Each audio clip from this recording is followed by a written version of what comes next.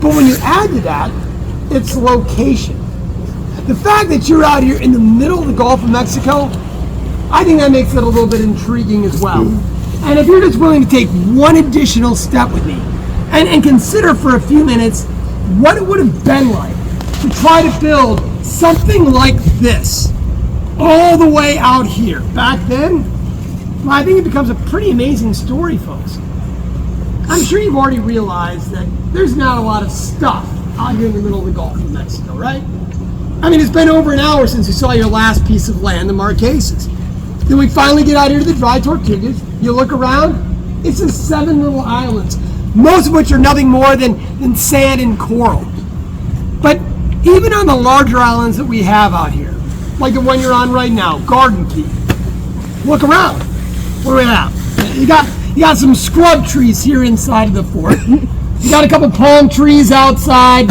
You'll see some cactus scattered about.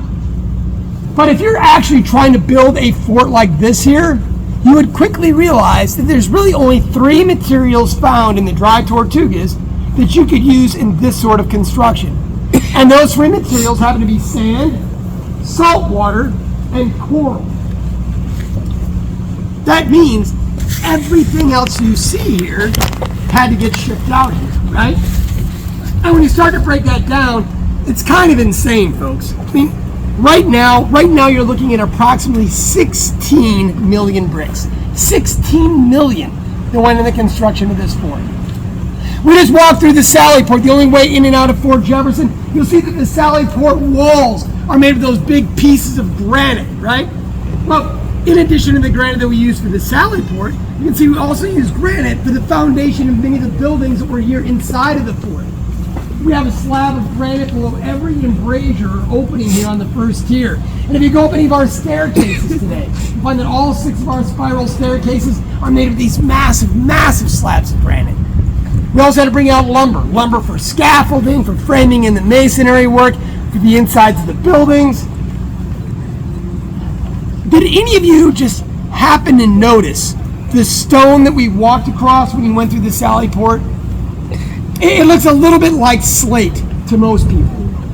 And I'm sure everybody here knows that slate's heavy because we've all tried to cheat at a game of pool and pick up a pool table, right? All right, that's awkward.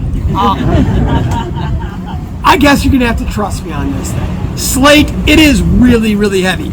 And look, if you don't believe me, next time you see a pool table, go ahead and try to pick a pool table up. It's going to be heavy because of this thin layer of stone, this slate that's in those tables. But the stone that we walked across here in the Sally Port, it's even heavier than slate. It's a stone called graywacky.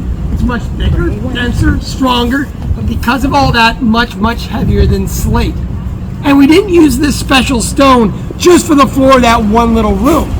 We had to use this stone for the entire first floor of Fort Jefferson. And we had to use this special stone because of the weight and the power of the cannons we had out here.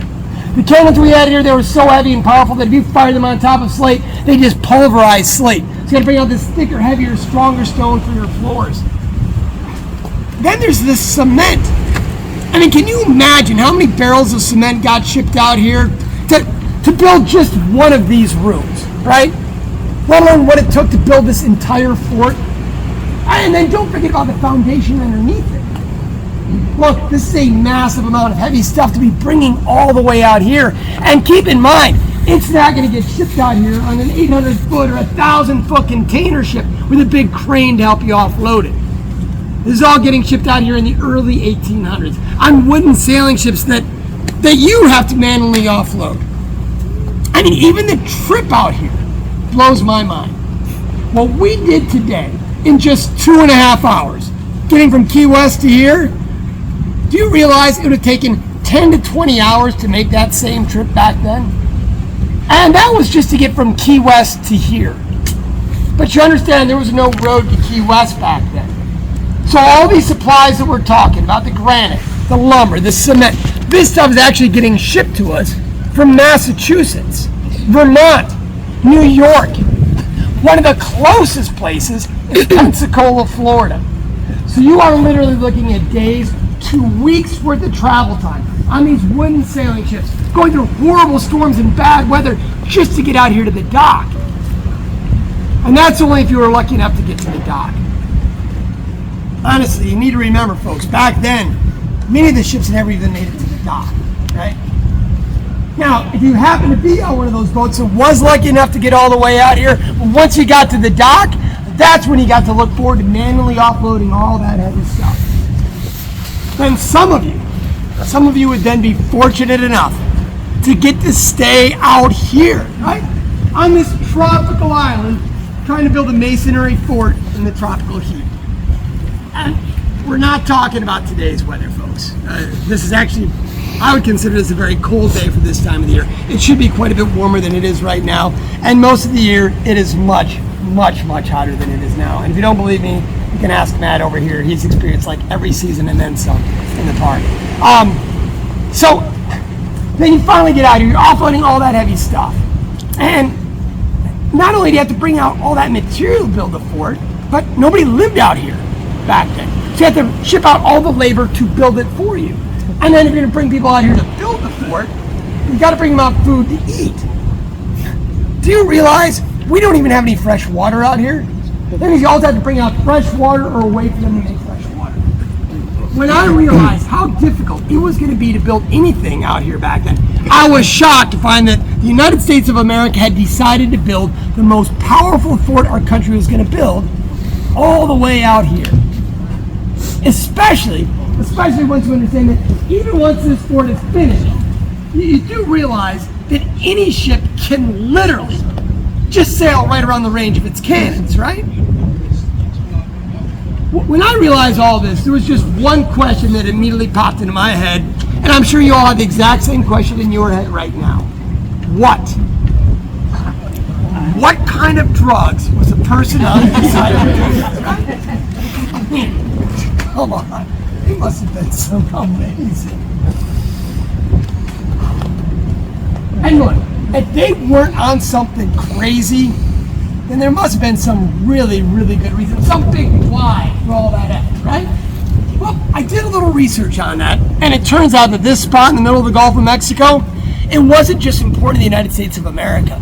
This spot has been important to countries for hundreds and hundreds of years. And to fully understand what makes this place so valuable and so important, I had to go back in time, 511 years. And I want to take you back there with me, back to 1513, because that was the year that Ponce de Leon originally charted these islands. And when he first charts these islands, there are 11 of them out here. Today we only have 7. 4 have been reclaimed by the sea over the last 511 years, and that's a great example of how dynamic and unstable these islands are. But in addition to the islands, Ponce de Leon discovered 2 other things that were very, very important. First, hands down, the most important thing he discovered is that on either side of this island, there's a natural deep water safe harbor or anchorage. Now, folks, I cannot overemphasize enough to you how important safe harbors or anchorages are to mariners. They are literally the differences between life and death when a big storm moves through here. This very day, I'm amazed sometimes at how many huge shrimping boats will come from the middle of the Gulf of Mexico. Even today, did you see all those boats that are anchored off on that side? Those are all crab fishing, lobster fishing, yellowtail fishing boats that are out here just to get out of the weather for a little bit while they get some rest before they go back to fishing. And these boats still come out here to use these harbors, folks, because these are the only natural deep water safe harbors or anchorages in the middle of the Gulf of Mexico. Even today, your next closest deep water safe harbor anchorage is going to be 70 miles away from here. Now, in addition to the safe harbors, Ponce de Leon also discovered that there was an abundance of sea turtles out here. Matter of fact, his first visit to these islands, him and his crew, they were able to capture over 160 sea turtles. And this sort of inspires Ponce de Leon to name these islands. He chooses to name these islands Las Tortugas. Now, Las Tortugas is Spanish, and when you translate it from Spanish to English, it literally means the turtles. But you understand, he didn't name these islands the Turtles because he thought sea turtles were cute and he wanted a cute little name for his islands, right? It's much more significant than that. Now, I'm going to get real with you here for a second. But before I tell you this, I need to make sure everybody here understands that I personally really, really love sea turtles, okay? I think sea turtles are cute, adorable creatures. I get excited every time I see them on the boat. I can't help myself. I still love watching them in Disney movies, right? Dude, totally shocked. Crushes the coolest, right? But the reality is, and I'm sure most of you here today are probably aware of the fact that, well, sea turtles, sea turtles, they've been on the endangered species list now for a very, very, very long time, folks. And to be honest with you, the major reason for this is that they're just so delicious. Seriously.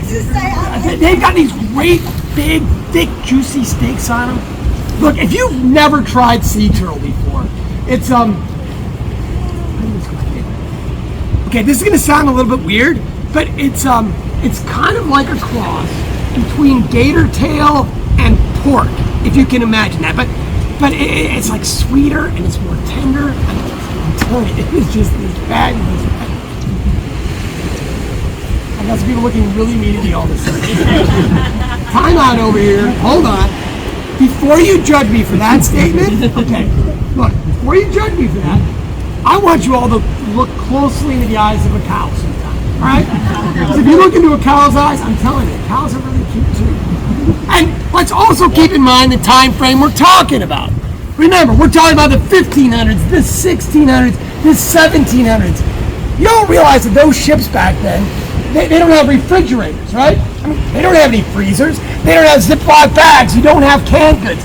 And one of the coolest things about these sea turtles for those ships back then is not only do they taste delicious, but if you flip them upside down on the deck of your boat, you splash salt water on them a couple times a day, they can live for weeks, up to a full month on the deck of your boat. So if you and your crew can capture a bunch of sea turtles, suddenly you all get to eat like kings for an entire month. This is a big deal for those ships back then. When Ponce de Leon decides to write down Las Tortugas on a nautical chart back in 1513, come on, man. That's like you writing down McDonald's on a map today, right? I mean, it literally, all it meant was food to go for those sailors back then. It was a resource they needed to know about. Now, after Ponce de Leon, lots of other Europeans started going back and forth between Europe and the Americas. And as they go back and forth, they discovered something else just to the south of us out here. Right offshore to the south of us, there's this massive river that's running through the ocean. And this river is running from the west to the east. But after it passes the Florida Keys, it turns north, it goes up the entire eastern seaboard, and then back over to Europe. Now today we call this river the Gulf Stream. It's one of many currents that run through the world's oceans that ships still use to this very day to help get them from point A to point B more quickly, more efficiently. And this Gulf Stream, this current, it becomes important to us here in the Dry Tortugas because the result of that current was that any European that found themselves to the south or to the west of us, and that's a pretty big area that we're talking about, right? I mean, that would include the entire east coast of Mexico, the east coast of Central America, South America, even a significant portion of the Caribbean. If you were a European in one of these four major regions and you wanted to get back home to Europe to see your family sooner, or maybe to get paid quicker, you're going to want to hop in that Gulf Stream into that current as soon as you possibly could and use that current to take your ships home faster. So all these Europeans in the south and west, it's time for them to head home. They hop in that Gulf Stream, and then that current's going to bring them right below these islands and again these harbors.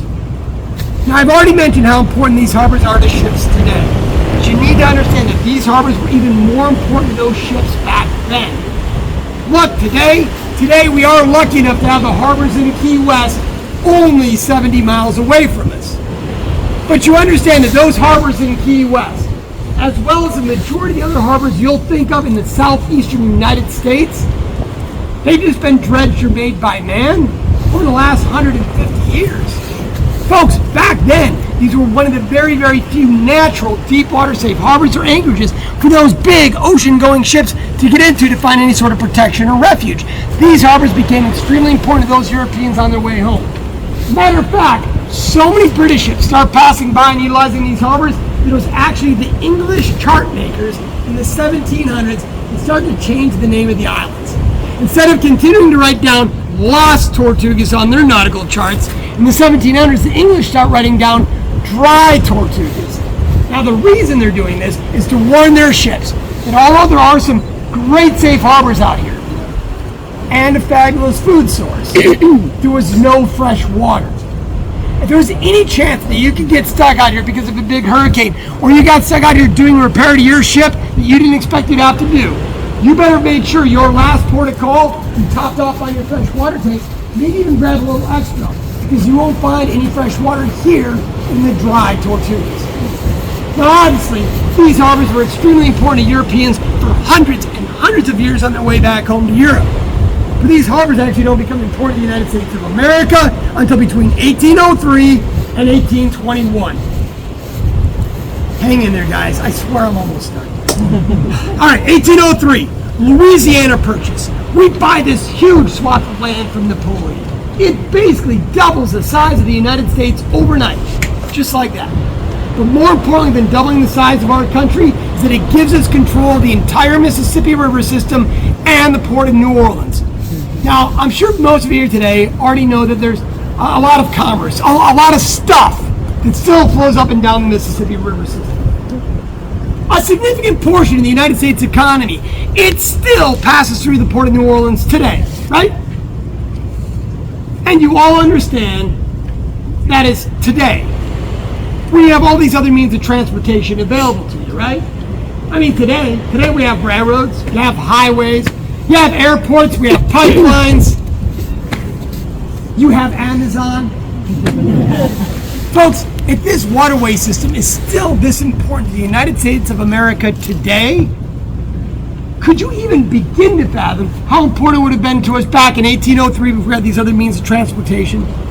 Suddenly with the Louisiana Purchase, you now have the ability to move massive amounts of goods and people from the big cities of the East Coast like Boston and New York up into the center of your country. You now have the ability to move massive amounts of natural resources like lumber, agriculture, fur, and gold from the center of your country, from your heartland, right? Back up to the big cities of the East Coast to sell, or even back over to Europe to sell. People that would have never ever left the East Coast of the United States, they're now willing to move up into the center of the country. As you have more and more people moving into the center of the country, more and more people are moving further and further west. As more move into the center and west, more and more resources come out from the heartland of the country being sold in the big cities of the East Coast and over in Europe. Folks, because of the Louisiana Purchase, the United States of America is suddenly expanding rapidly, and our economy is just booming. And it's all because of these ships connecting the big cities of the East Coast to the heartland of your country. Now, as those ships sail back and forth, they can sail down the entire eastern seaboard of the United States. Once they get down here to the tip of Florida, they can't just sail up the west coast of Florida to get up into the Gulf of Mexico. Actually, all those ships are going to have to first sail all the way out here to the dry Tortugas. And the reason for that is that this is the end of a barrier reef system that extends all the way from Miami out here to the middle of the Gulf of Mexico, ending with the dry Tortugas. Now, because of that barrier reef, those ships get to the tip of Florida, then they have to start sailing west. But as soon as they pass the dry Tortugas, they then know they're in deep enough water to safely make their turn north to the port of New Orleans. They leave the port of New Orleans, head south. Once they see these islands pass by their left or port side, then they know they can hop into that Gulf Stream and use that current to take them back up the eastern seaboard or even over to Europe. Folks, all of a sudden, we have all these ships that are so critical to the growth of your country and to your economy, and every single one of those ships has to pass by this one little point in the middle of the Gulf. And again, this is the only place for any of those ships to go to find protection or refuge. So, these harbors, they became extremely important to the United States of America starting in 1803. But the kicker is, we can't do anything with these islands in 1803. And that's because we don't take possession of the state of Florida and these islands from Spain until 1821. Now in 1821, as soon as we take possession of these islands, we start building the first permanent structure in the islands. The first permanent structure we built was going to be something to help us protect our ships and our shipping route. It wasn't a fort though. Actually, the very first permanent structure we built out here was built right over there. On the other side of this tree, you see there's a circular cement pad on the ground over there. That was the foundation for your very first permanent structure in the dry Tortugas. It was a lighthouse. That lighthouse had stood 70 feet tall. Decided to be too thick. First, to be a harbor light, to let everybody know that this is the island of the safe harbors on either side. Secondly, to be a navigational light. That way, even at nighttime, sailors would know when they're passing by the end of that barrier reef so they could safely make their turns. And that lighthouse was first lit in 1826. Shortly after that, we started making plans to fortify these islands. Now, the reason we're going to fortify these islands was because of an event that took place back during the War of 1812. The War of 1812, we were fighting the British again. And in 1814, this massive British fleet sails into Maryland. They disgorge their troops. Those troops, they march directly on Washington, D.C. The President of the United States has to evacuate from Washington, D.C. And then the British burn the Capitol.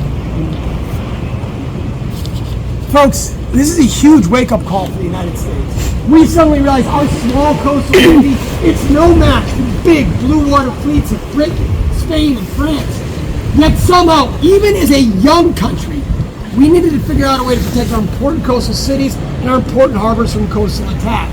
So what we decided to do is build a series of fortifications up and down the eastern seaboard, into the Gulf of Mexico, even a couple on the west coast. And these new forts that we're building, they're not just going to be earthen berm and wood forts. These new forts that we're building, they're going to be permanent fortifications to protect your coastline for the foreseeable future. In addition to this, all up and down the eastern seaboard, we're going to interconnect our forts with either roads and or canals. That way, if one fort comes under attack, the forts on either side of them will be able to quickly and easily send them supplies and reinforcements. Well, this whole idea of permanently fortifying your coastline and interconnecting your forts that can easily be supplied and reinforced is today known as the third system of fortification in the United States. And at the essence of this is we're trying to protect our important harbors. Obviously, these harbors in the middle of the Gulf, the only harbors out here to protect those ships, so critical to the growth of your country and its economy, these would have to be some of your most important harbors. If you want to make sure your ships always had a safe place to go in the Gulf, you might want to put a fort on these islands to protect those harbors. But in addition to that, and really much more from a strategic sense, as soon as you understand that this is the end of that barrier reef that runs all the way from Miami out here to the middle of the Gulf of Mexico, once you know that barrier reef system exists, take a moment to look at a chart or a map. And one of the first things that you're going to see is that Cuba, y'all realize that Cuba is just 106 miles south of where you're at right now, right? Y'all know that Mexico, you realize Mexico is less than 200 miles off the west coast of Cuba. When you see all this laid out on a chart in front of you, suddenly it doesn't take that much of an imagination to visualize a giant British, Spanish, or French fleet right here in these harbors, putting supplies on this island. That way their ships can perpetually patrol between here and Cuba, literally blockading the entire Gulf of Mexico, severing the artery that connects the heartland of your country to the big cities of the East Coast. Folks, back then, before the railroads, highways, airports, and pipelines, if you still wanted to have access to the natural resources in the heartland of your country, if you even wanted to control the center of your country, you needed to first control these islands. These islands are literally the keys to the Gulf of Mexico. This is the Gibraltar of the Gulf. When you understand that, it's obvious. You've got to put a fort on it. But I didn't immediately understand why this had to be the most powerful. That turned out to be because of all the other forts we're designing and building up and down the eastern seaboard. Remember, all those other forts are designed to be interconnected so they can quickly and easily get supplies and reinforcements. But out here, the only way you'll get supplies and reinforcements is by ship. And the reason we're building these forts is our Navy is no match for the big blue water fleets of Europe.